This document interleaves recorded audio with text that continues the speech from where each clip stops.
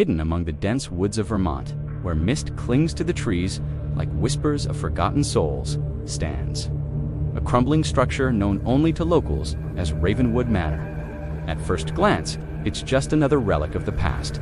Cracked windows, ivy-covered stone, a collapsed roof. But those who live nearby, they never go near it. Not because it's dangerous, but because it's hungry. The house had stood vacant for years, but its beauty was undeniable. A towering Victorian, isolated but elegant, it was sold at a price too good to be true. The tale of Ravenwood Manor begins in 1936, when the Lorne family purchased the estate. A young couple, Henry and Margaret, and their 6-year-old daughter, Lily. They moved in during spring. By summer, they were gone. Neighbors were the first to notice. No more morning waves from Margaret. When the police arrived, they found the front door ajar. No signs of struggle, no forced entry. Dinner was still warm on the table. The family's clothes were in the drawers. Toys scattered on the floor. No movement in the yard.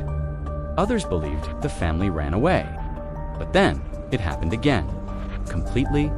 On the footage, the final sound was a faint child's giggle and a piano playing an eerie lullaby. No sign of the family, that it feeds on curiosity, that each time someone enters, they become part of the house. Locals speak of hearing whispers near the property, voices calling their names. Tools went missing. One man fell from the second floor without explanation, and, worst of all, children's laughter echoing from the forest. He survived, but he refuses to speak of what he saw in the attic. One woman claims she saw her deceased husband at the window 12 years after his death. No lights, no one knows where it is, a wound in the world where something ancient bleeds through, something hungry, but it plays. Now it's surrounded by a rusted fence and a wooden sign that reads, "Condemned, do not enter." Always the same song. A lullaby slowed down, distorted, as if played underwater or from beneath the floor. No smoke from the chimney. Over 50,000 viewers watched as he entered the front door. Then static, he went live at midnight, armed with nothing but a flashlight, thermal cam, and courage. A local postman called the sheriff when he saw a blood-red handprint on the inside of the attic window, but the house was empty, except one thing. In Lily's room, carved into the wooden floor, were 3 words, "Don't look up." Locals said it was a robbery gone wrong. In 1949, 2 hikers sought shelter in the manor during a sudden storm. Their gear was found neatly stacked inside. No footprints leaving the house, they never returned.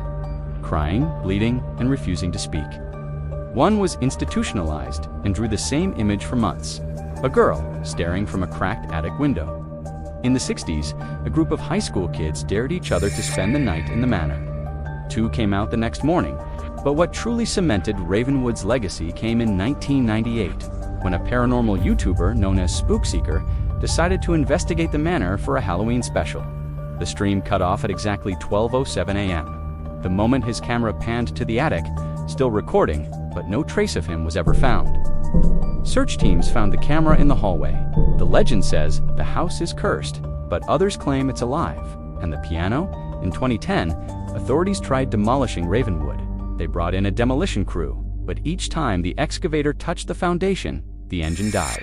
Eventually, the project was abandoned. The land was left untouched.